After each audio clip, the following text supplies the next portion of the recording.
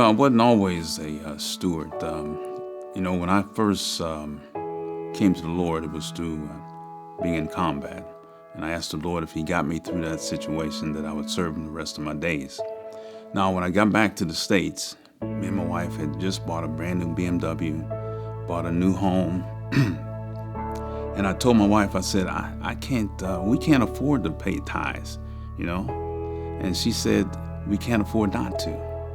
And so we start paying the tithes. We learn from just by doing it, Like a writer learns by writing, we learn by giving. And we try to always make an assessment of that as we get the raises, the promotions and whatever. We have to go back and reassess, how can we give more?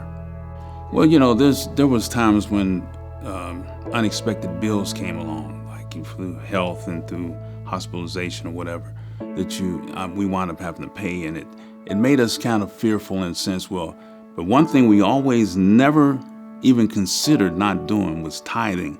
Once we started that, we might have to cut back on some other areas, less vacation time, less luxuries, if you will. If we had to go with less on I'd say records or albums or whatever it was, we would limit that. We'd stay to the real foundation of things that we knew that we need to do, like tithing. You've got to stick to a budget. You can budget it in, but you got to be disciplined.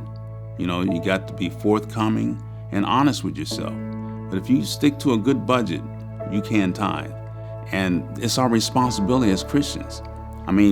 Whether you see that the church doesn't need the money or not, it's your responsibility, because God has blessed you with prosperity or with treasure, that you need to give that treasure to the church. We're really fortunate that God doesn't ask for 90% and leave us with 10%. So in that perspective, we should freely give that 10% without even thinking about it. It is an investment in the kingdom, to further God's kingdom through your treasures.